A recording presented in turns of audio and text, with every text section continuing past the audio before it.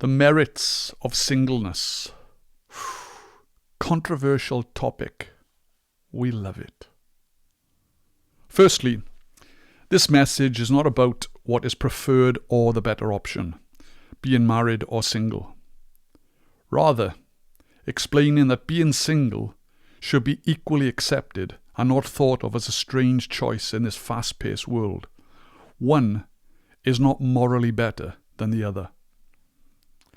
Depending on our cultural backgrounds, society often encourages us to get married and have children from a very young age, whether we are adequately prepared for marriage and having children or not.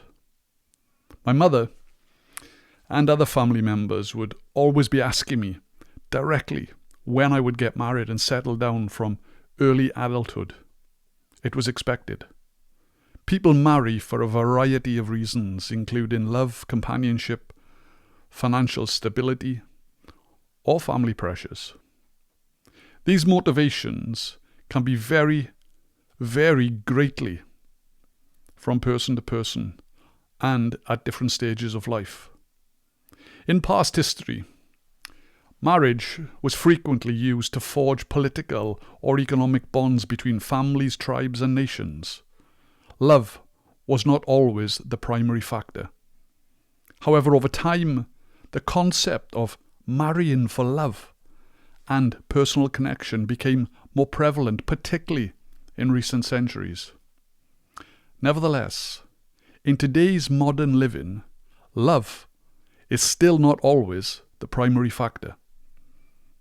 Personal development have led many individuals to prioritize education, career development, personal growth before committing to marriage, leading to later marriages. Traditional gender roles within marriage have evolved.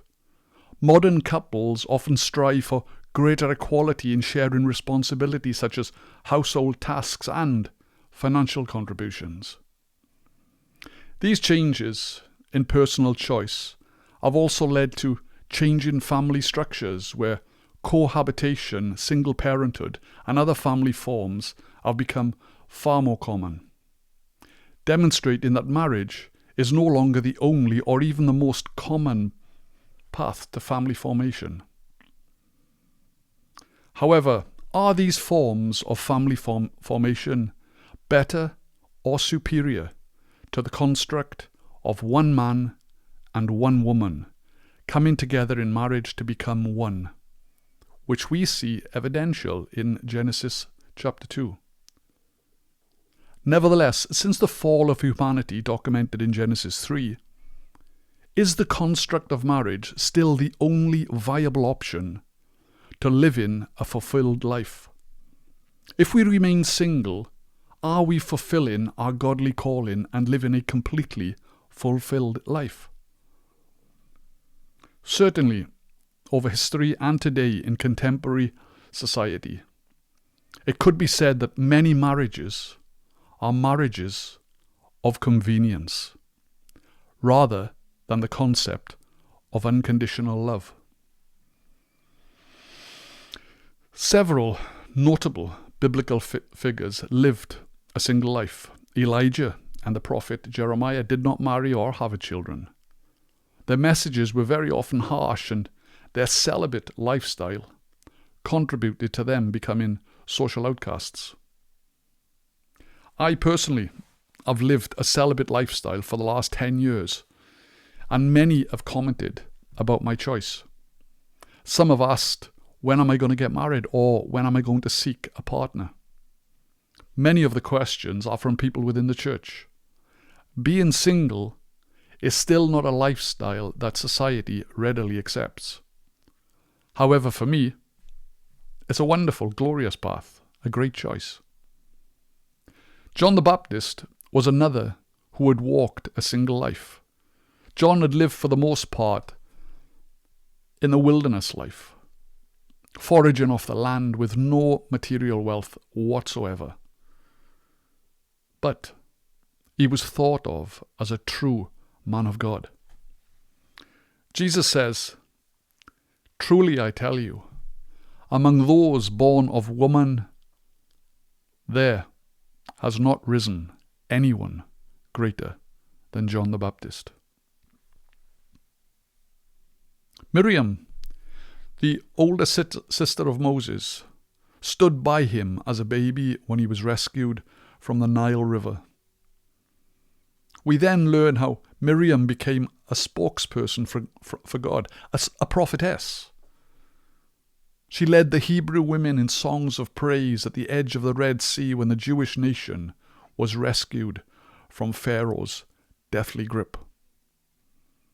Then Miriam the prophet, Aaron's sister, took a timbrel in her hand, and all the women followed her with timbrels and dancing.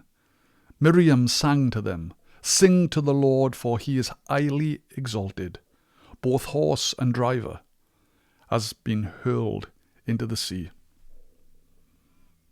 We learn in the New Testament that Jesus loved Martha and her sister, and Lazarus.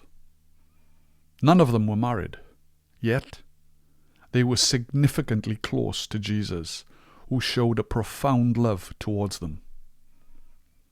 There are others named in the Bible who did not marry, but are highly favoured by God, which, I suppose, we would do well to take notice of. The Apostle Paul writes in 1 Corinthians chapter 7, "Now to the unmarried and the widows I say, it is good for them to stay unmarried, as I do. But if they cannot control themselves, they should marry, for it is better to marry than to burn with passion." There are many theologians and church leaders who tiptoe around this passage or even ignore it completely. However, both marriage and singleness are gifts from God when they are discerned correctly. One is certainly not better than the other. Therefore, I would say it is important for us to recognize that each one can be used in a powerful way to accomplish God's purposes. Today, the sexual pressures are all around us from a young age on all of our media platforms. Sex is also taught to very young children in their formative years in our schools.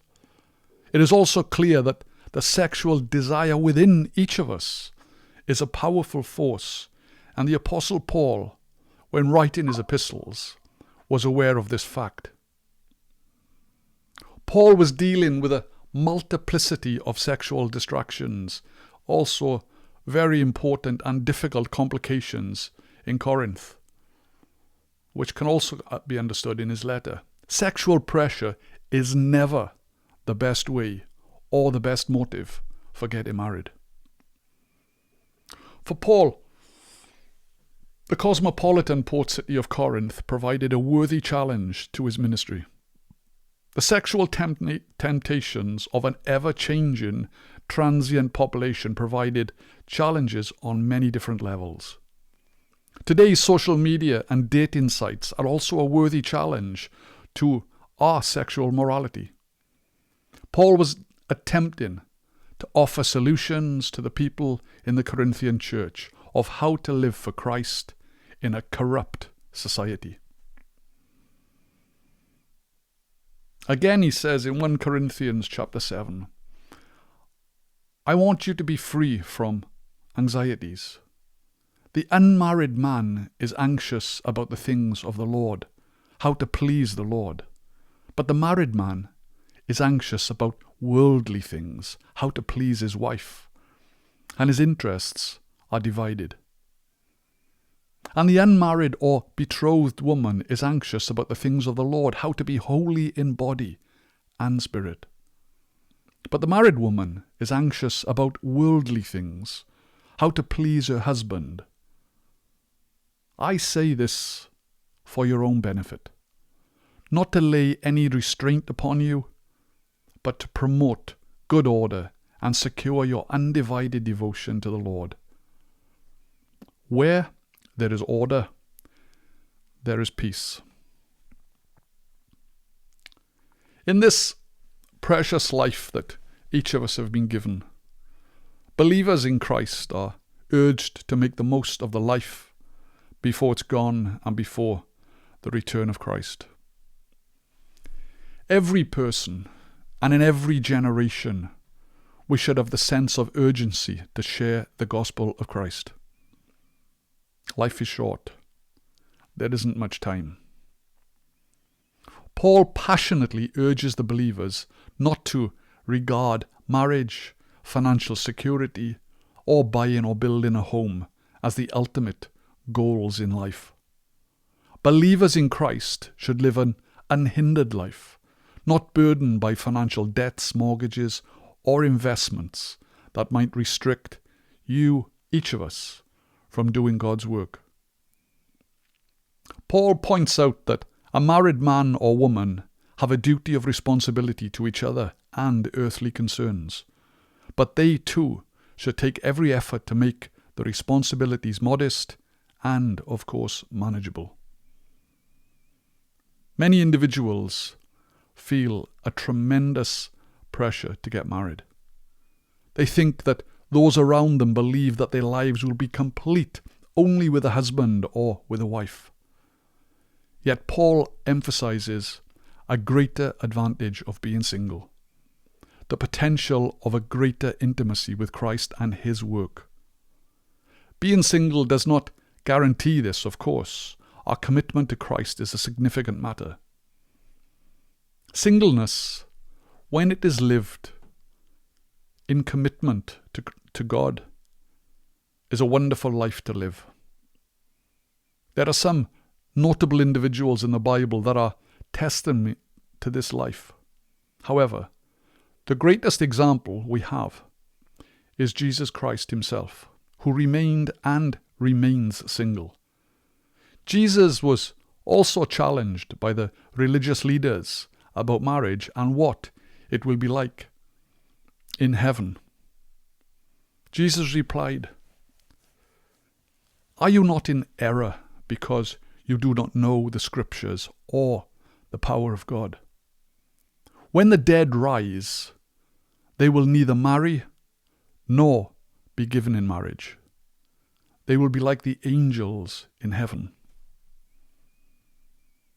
God's new order in heaven is not an extension of this life, and the same natural and physical laws simply do not apply. That doesn't mean that we will not recognize those who have gone before us, indeed, if we make it there. Jesus unequivocally states, "There is no marriage in heaven," which clearly identifies this new order. Living a single life is a wonderful choice for those who are capable of living this way. It is not an odd or peculiar choice. Naively, people think that getting married will solve all their problems, yet many of them remain lonely, suffer with sexual temptations, or they feel isolated in their emotional needs. Singleness and marriage should be equally thought of as a life which is complete and fulfilled. One is certainly not better than the other. A single life, when it is lived intimately with Christ, is a life in its completeness and fullness. It is a life worth living. God bless you.